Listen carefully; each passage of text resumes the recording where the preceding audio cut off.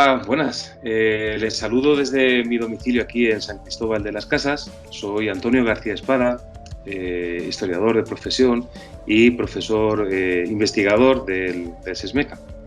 Hoy me han invitado a dirigirles unas palabras en relación a mi último libro titulado Restos del pasado y la imaginación salvadoreña, estudios culturales del modernismo a hoy.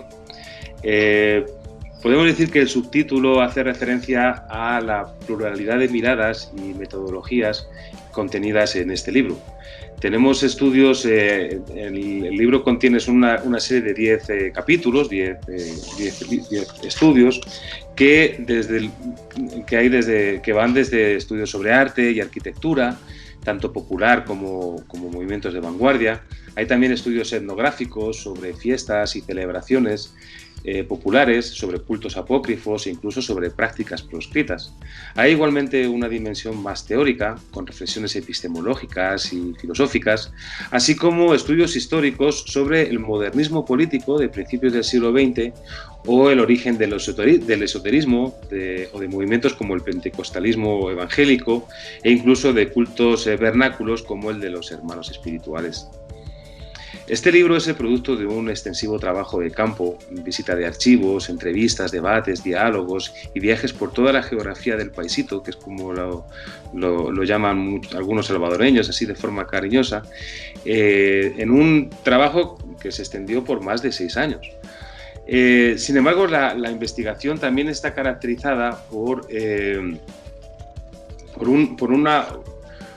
una convicción o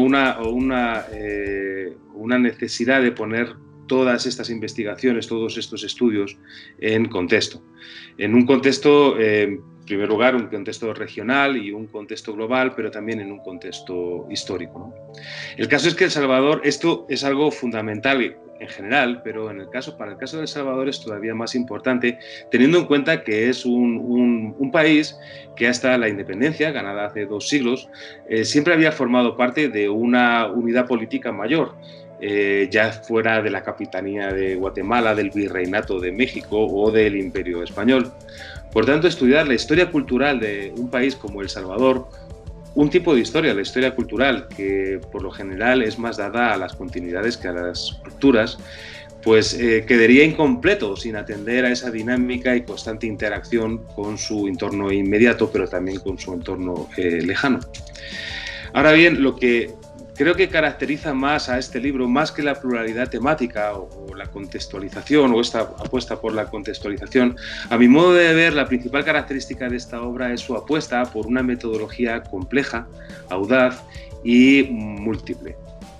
Aunque son detectables las influencias en este trabajo de la microhistoria de Ginsburg o del culturalismo de Darton o del pensamiento complejo de Morán, lo que más caracteriza a esta obra es esa mirada oblicua que atraviesa varios campos disciplinarios y también varios campos temáticos.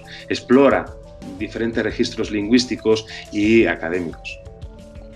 Esta apuesta por el riesgo metodológico se debe a una convicción más profunda de que la realidad rara vez se deja atrapar, de que el mundo es más complejo que nuestra capacidad de pensarlo, de que la abstracción o la simplificación científica deja fuera lo más interesante de la vida y que, por lo general, vivimos en la confusión de pensar que nuestra mirada es transparente, cuando la realidad es que estamos llenos de prejuicios y que inconscientemente reproducimos discursos de poder que en último término nos enajenan, nos colonizan, nos empobrecen y nos privan de la riqueza y la diversidad que caracteriza el mundo y la vida de los humanos en él. Esto es particularmente cierto, yo creo, de sociedades pobres, con mucha desigualdad, con mucha injusticia social, con mucha división interna, persuadidas de su propia inferioridad cultural o colonizadas ideológicamente. Se trata de un triste cuadro que está particularmente presente en las sociedades latinoamericanas, de las que sin duda una de las más pobres y deterioradas es la salvadoreña. El Salvador es el país continental más pequeño de toda América, de todo el continente americano. Desde antiguo tiene este sobrenombre que muchos conocen como el pulgarcito de América, por estar en el centro, por ser eso, el país así más pequeño.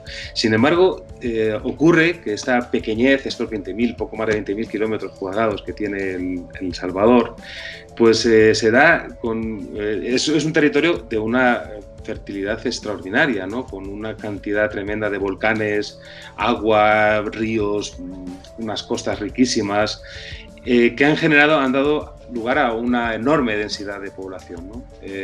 Tiene estos 20.000 kilómetros cuadrados, están con cerca de 200 volcanes, tiene casi 7 millones de habitantes, lo cual es una densidad bastante inusual para América, ¿no? Es una densidad más propia de Asia, ¿no? que de aquí de América. Y esto pues también le ha dado una fisonomía muy particular a El Salvador, ¿no? Es un país, a lo largo de su historia, esta enorme densidad de población, esta riqueza productiva, pues ha dado lugar a una gran concentración de capital y, por supuesto, pues a mucha represión, mucha tiranía, pues una extraordinaria desigualdad y todo esto, o sea, esta enorme riqueza, digamos, de su territorio, ¿no? Esta riqueza biológica y también demográfica, pues que ha sido constante a lo largo de su historia, antes incluso de la llegada de los españoles, pues como le digo, ha dado lugar a todos estos conflictos sociales y políticos tan fuertes que tienen también su razón de ser en que El Salvador, pues como decía hace un momento, los centros de poder de El Salvador han estado tradicionalmente fuera de El Salvador, ¿no? Bien en Guatemala, en México o en Madrid, ¿no? Todo ello sumado hace que El Salvador sea un país poco conocido, poco o mal conocido, fuera de sus fronteras, y peor aún, que los mismos salvadoreños no tengan muy buen concepto de sí mismos, en tanto salvadoreños. Es una sociedad profundamente fracturada, dividida por todo tipo de criterio. La división puede seguir líneas como la de ser rico o ser pobre, o ser de derechas o ser de izquierdas, o pertenecer a la Mara Salvatrucha o a la Barrio 18, o sencillamente irle al Madrid o al Barça en el fútbol.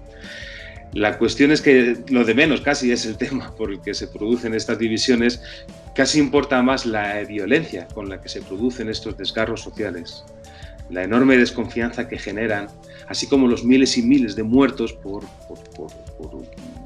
armas de fuego, ¿no? Violentamente, y que, bueno, que convierten a El Salvador en una de las sociedades más violentas del mundo, internacionalmente conocida pues, por las sangrientas guerras civiles, por genocidios, por caravanas de migrantes y últimamente por el fenómeno de las pandillas o las maras. Esta cruenta polarización de la sociedad salvadoreña sin duda se debe también a esta máxima romana del divide y vencerás. Es una manera muy efectiva de gobernar. Pero no es menos cierto que El Salvador, esta violencia, esta división, esta fractura tan profunda social en El Salvador, convive con una realidad no menos cierta, que es la mezcla. La mezcla es algo que los cruces biológicos y los cruces culturales es algo que caracterizan a toda Latinoamérica. Es, digamos, la marca distintiva de Latinoamérica en el mundo, es este mundo de mezcla, ¿no? Pero que en ese sentido El Salvador es una sociedad más avanzada, porque allá la mezcla, como le digo, en términos tanto biológicos como culturales, es abrumadora. Es tanta que es todo un desafío, ¿no? Para la investigación, para las ciencias sociales. El caso es que un poco lo que esta obra defiende es que es precisamente esta característica de la mezcla, no solo el capital cultural más importante de El Salvador, sino también su mayor capital también de cara al futuro, ¿no? De cara a un futuro políticamente, pero también culturalmente, ¿no? El Salvador es la mezcla de todo, la mezcla de palabras, de memorias, de comidas, de músicas, de estéticas, de técnicas de todo tipo, ¿no? Y eso es, digamos, lo que es el centro temático de este libro, ¿no? de esta obra, que, bueno, la tienen físicamente, y la tienen también digitalmente en el repositorio institucional que está alojado en la página del SESMECA. Como les digo, pues el centro, digamos, de esta obra pues son todas estas temáticas, todos estos fenómenos que son elocuentes, que hablan de esta mezcla, ¿no? Así, por ejemplo, el estudio de los santos apócrifos, como los famosos San Simón, Jesús Malverde o la Santa Muerte, tenemos aquí en México, en los que se evidencian influencias tanto mesoamericanas como sudamericanas, prehispánicas como mozárabes, mediterráneas como anglosajonas, africanas, asiáticas, de todo tipo, ¿no? Igual ocurre con el arte popular.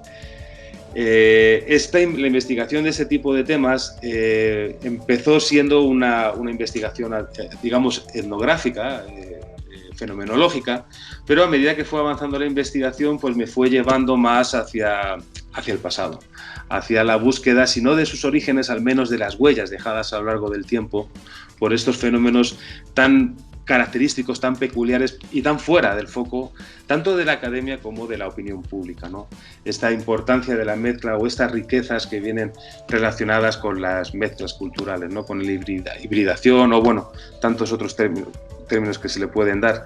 Pero el caso es que en esta investigación y en este ir hacia atrás en el tiempo, en el pasado, pues bueno, la verdad es que en ese sentido los archivos depararon sorpresas mayúsculas, como por ejemplo momentos en la historia de El Salvador en los que se intensificaron mucho estas transferencias culturales entre pueblo y élites, ¿no? Entre diferentes configuraciones sociales.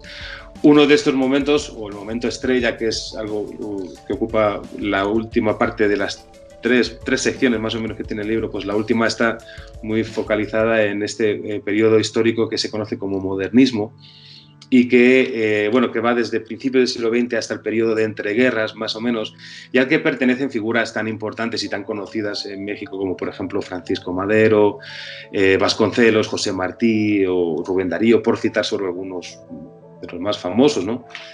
Pero en cualquier caso se trata de uno de los movimientos revitalizadores más importantes de la historia y con una especial proyección aquí en Latinoamérica.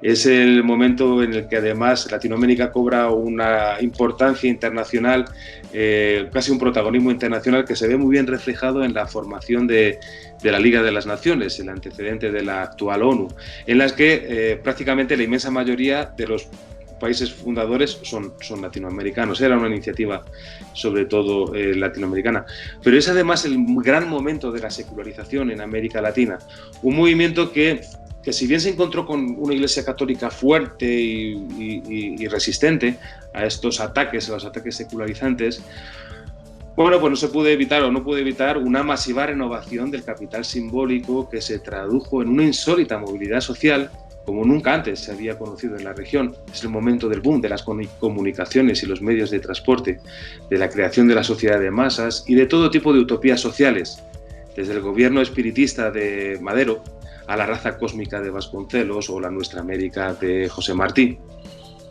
En El Salvador esto supuso un auténtico terremoto, con consecuencias políticas desastrosas que han sido muy estudiadas por los especialistas, como el famoso genocidio de 1932, el establecimiento de la dictadura militar más larga de toda la historia de América e incluso el origen de la cruenta guerra civil de los años 80.